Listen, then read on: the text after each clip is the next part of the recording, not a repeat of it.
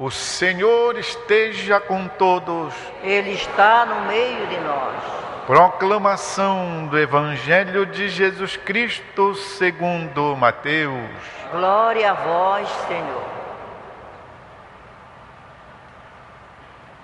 Naquele tempo, vendo Jesus as multidões, subiu ao monte e sentou-se. Os discípulos aproximaram-se e Jesus começou a ensiná-los, dizendo: Bem-aventurados os pobres em espírito, porque deles é o reino dos céus. Bem-aventurados os aflitos, porque serão consolados. Bem-aventurados os mansos, porque possuirão a terra. Bem-aventurados os que têm fome e sede de justiça, porque serão saciados. Bem-aventurados os misericordiosos, porque alcançarão misericórdia. Bem-aventurados os puros de coração, porque verão a Deus. Bem-aventurados os que promovem a paz, porque serão chamados filhos de Deus.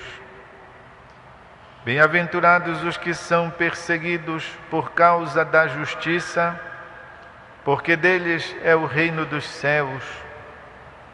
Bem-aventurados sois vós quando vos injuriarem e perseguirem e mentindo disserem todo tipo de mal contra vós por causa de mim. Alegrai-vos e exultai, porque será grande a vossa recompensa nos céus. Do mesmo modo perseguiram os profetas que vieram antes de vós. É palavra da salvação. Glória a vós, Senhor. Meus irmãos e irmãs, praticamente encerrado o grande tempo pascal, a liturgia agora nos faz retomar o tempo comum que nós iniciamos depois do Santo Natal, interrompemos para o tempo da Quaresma, a Semana Santa e a Páscoa, e agora retomamos a partir da 10ª semana. Ainda tem uma rebarbinha do tempo pascal, domingo, quando celebraremos a festa da Santíssima Trindade. Mas praticamente já estamos de volta ao tempo comum. E o tempo comum vem nos encontrar abrindo o Sermão da Montanha, que nós sabemos ocupa 3 grandes capítulos do Evangelho de São Mateus, o 5º, o 6º e o 7º, e o debulharemos ao longo desses dias. Há pouco menos de um mês estive na Terra Santa e pude uma vez mais visitar o chamado Monte das Bem-aventuranças. É um lugar que fala de paz, que fala de silêncio. É um lugar aprazível, à beira do mar da Galileia. É um lugar muito bonito, onde tem uma belíssima basílica e aonde se cultivam plantas e flores. Diríamos, é um lugar paradisíaco, vem de paraíso, ou seja, é um lugar aprazível de se estar. Mas sabemos que viver as bem-aventuranças não é assim tão pacífico, muitas vezes não é efetivamente aprazível, custa. Por isso é importante entender o significado destas bem-aventuranças e por que elas são o cabeçalho do Sermão da Montanha. Antes de tudo, uma explicação sobre o objetivo do evangelista São Mateus, que é quem nos fornece o Sermão da Montanha. Cada evangelista tem um público-alvo ao qual atingir, apresentando a pessoa de Jesus. Por exemplo, São Lucas apresenta Jesus para aqueles povos que não pertenciam ao povo de Israel. Por isso apresenta um Jesus misericordioso, um Jesus universal, um Jesus que abre os braços para acolher, sobretudo os infelizes, os pecadores, os pobres. E então, São Lucas nos mostra Jesus assim, se encontrando com as pessoas. Porque a finalidade de Lucas é apresentar Jesus para estes povos. O evangelista São Marcos apresenta Jesus numa espécie de catecismo para aqueles que estão aprendendo a conhecer Jesus. O seu evangelho é um catecismo, por isso é o mais curto de todos. E então ele vai fazendo, através de um esquema pedagógico, o leitor ou o ouvinte ir descobrindo Jesus passo a passo. Quem é Jesus? É a finalidade do evangelista escrever, pois, a sua obra. De modo que a culminância da descoberta de Jesus está quando, olhem só, o pagão, o soldado romano, declara: este verdadeiramente era o Filho de Deus. Há, portanto, uma confissão de fé que vai sendo realizada ao longo do trecho e que culmina com Jesus morto na cruz.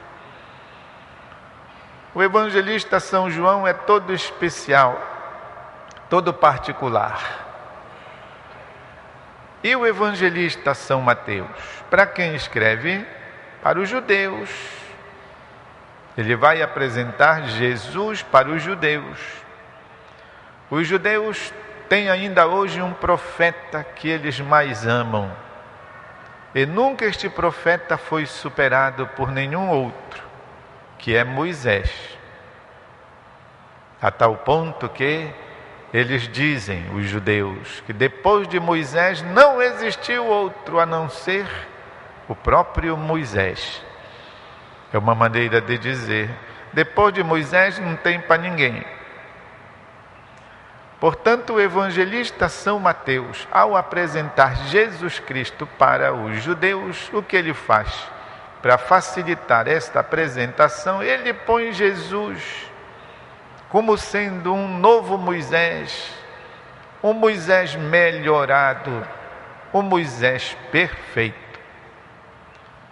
E por isso, o Sermão da Montanha começa com Jesus tendo atitudes de Moisés. Vendo Jesus as multidões, subiu ao monte e sentou-se, porque foi assim que Moisés fez quando foi receber as tábuas da lei. Subiu ao monte Sinai e depois, quando voltou, sentou-se, porque é sentado que o juiz, o legislador, proclama a lei. Então, Moisés sentado, Jesus sentado. Moisés sobe ao monte, Jesus sobe ao monte. Mas com uma grande diferença, meus irmãos e irmãs, é que enquanto Moisés apresenta ao povo uma lei escrita na pedra, Jesus, Filho de Deus, apresenta uma lei nova, escrita agora no coração, na alma. E essa lei nova que Jesus traz são os artigos que nós chamamos das bem-aventuranças. Portanto, para aquela lei, tábuas de pedra; para esta lei nova, corações renovados. E é por isso que então Jesus vai passar a limpo toda a doutrina do Antigo Testamento. Ouvistes o que foi dito, eu, porém, vos digo.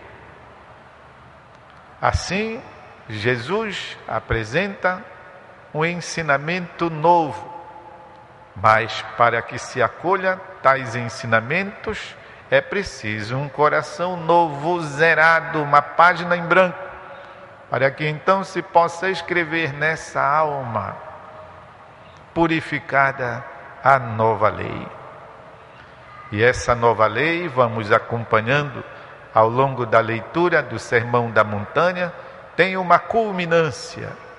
Jesus vai dizendo várias radicalidades, várias coisas muito radicais, porque são novidades, são novas.